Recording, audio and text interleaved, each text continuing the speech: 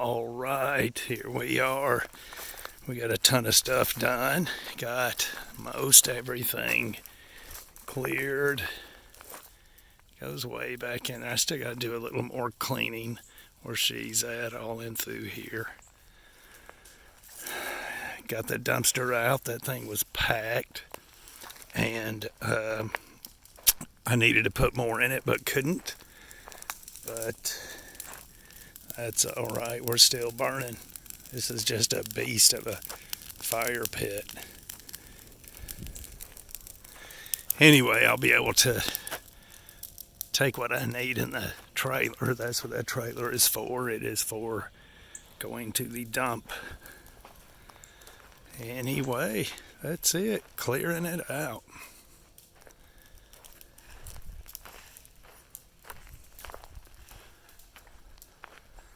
I got her working like $3 an hour. No, I'm just kidding. It goes way back there, way back into there. So, anyway, see, still got junk. I'll bury the concrete, the rocks, the other stuff I'll have to haul to the dump. Oh, mercy, what a mess. Anyway, got butternut to here, and then from there to here is is carrots, like purple, red, orange carrots, and then from here to here is I forgot. Okra, just a small patch of okra. We don't need a ton of it, but it'll be good for pickling.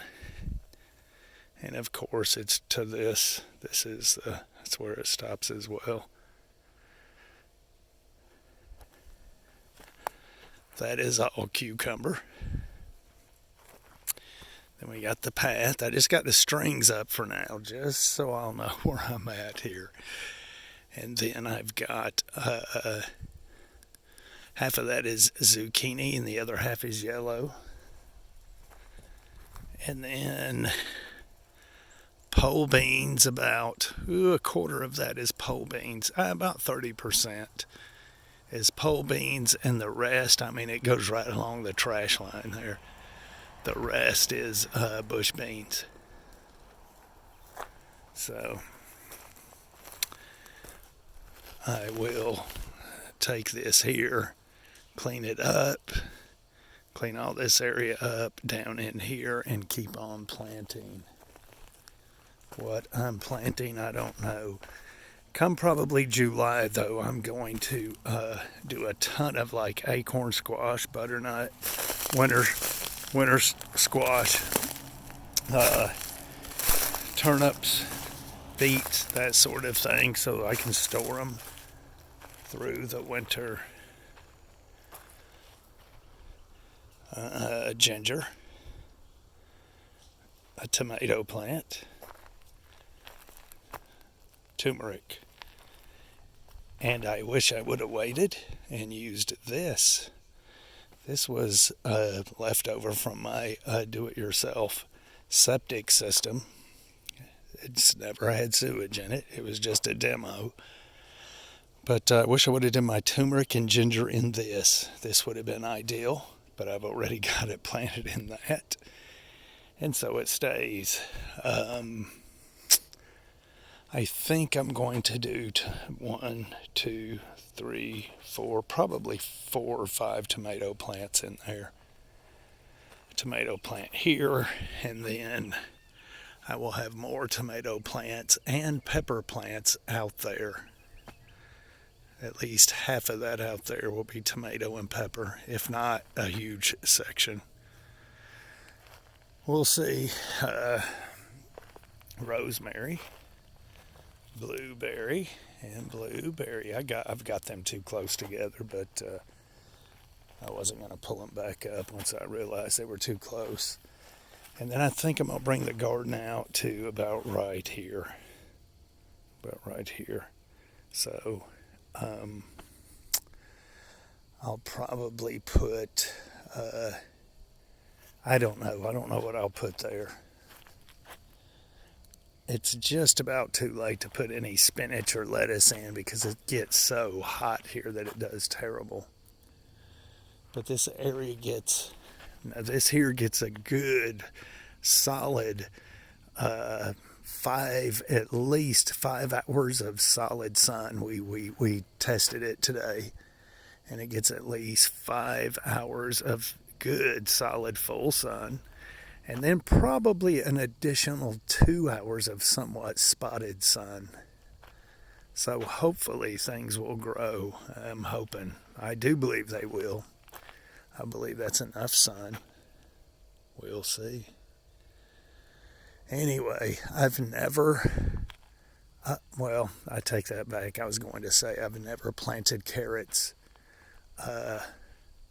before, but I have twice, and they ended up being like as long as your finger, but fat, real fat. They were good. So the carrots, this batch, I will pull up as needed, and maybe juice them or whatever if I see that that they're that I that if I see that I do not have a use for them right now through the summer, I will juice them. But I will put another patch in July that I will leave in the ground through the winter. The same with the beets, turnips, and any other root crop that I plant. The squashes will be harvested and stored in a cool place, dark and cool, for the winter. And that way we will have stuff for the winter. Anyway, that's it. We've done a ton of clearing. I do not know what I'm going to do with these two junk piles. I can't let them go. They've got angle iron and forging metals and copper and brass and that sort of thing. I am not getting rid of it. I know it's a hoarder, but oh well. This isn't to cash in. This is for forging and melting and that sort of thing. Hey, listen, I started saving zinc, and some of this is zinc, just some parts of it. And I don't know if that's zinc or not, but I started saving zinc because you can make bullets out of zinc. Elvis Ammo, I think that's his name. Elvis Ammo is his YouTube channel, I do believe, and he makes the ammo out of zinc. He tested it out, tried it out, and it did okay. So anyway, that's it. My Oregon grape sitting out there. It was in a pot. I was going to plant it up here. I was going to plant it right there, but I didn't know it, and ants. It was just ants all in it. I couldn't figure out why it wasn't doing good, and it had ants all in it. So I threw it down there and threw some Sevin Dust on it. Listen, I'm all about organic. But when it comes to food or no food, because of insects, I will go as long as I can. But if I have to put some Sevin Dust around, it's going down this year. I hate to say it, but the way the food supply is right now, I am not taking any chances. I'm going to make sure we have food in the ground. If I had another acre, I would have two miniature goats and probably about 25 chickens or so. But I don't have another acre. This is just 1 acre. And then that's my neighbor there. And then they live there. And then grandma lives there. And then her mom and dad live here. And they've got about 20-something acres, I think. They own all this. They've got lots of land, but I don't know. Anyway, look at her. She's a workhorse.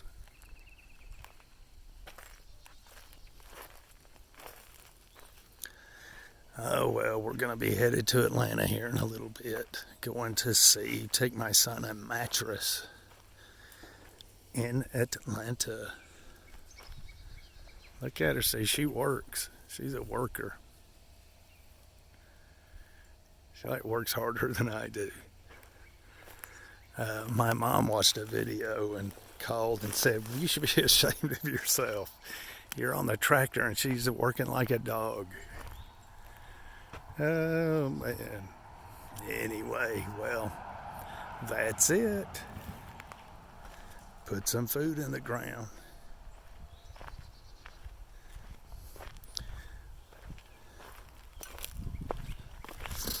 I've got a well back here. I've got a video of the well and all that. But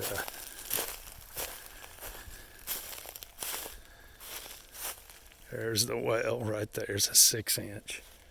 325 feet deep and water level at 60 feet, the static water level. And then I will be putting in a pump. I am not doing one of those 220 pumps. We drop it all the way down in the bottom. I'm going to do something a little less than that. I'm not sure what yet, but put that in to water the garden and something extra just to have around. Anyway, property goes back to there, kind of at an angle, and that what you're looking at is what we cleared. This looked just like it. We got a little bit of a problem here. The people who lived here before, probably 30, 40 years ago, this hump here was shingles. So they put shingles there. And I'm not real sure about this hill here. I don't know what's under there. So it's got plenty of dirt on it. I'm going to leave it. Over here, I dug down in this one and didn't find anything. So they probably just dumped dirt here. But that is definitely shingles. And anyway, the folks who built this house, get to work, woman. The folks that built the house years ago, I know their family. So, and actually, the guy who lives back here was raised across the street over there, and so he's been around here forever, and so was she. They were all. She was born here, so anyway, they know all about this house and what's buried where and all that. You can see the pink ribbon there. I don't know if you can see it or not, but that's the property line over there by that big tree. Anyway, that's it. Look at her rake. You got to get busy, woman. How you going to get this done watching a video or looking at me make a video? I put a pump in that well years ago, 20 years ago. Didn't know what I was doing. Dropped that. That's how we had water to the house. We did that for, I don't know, about a year or so.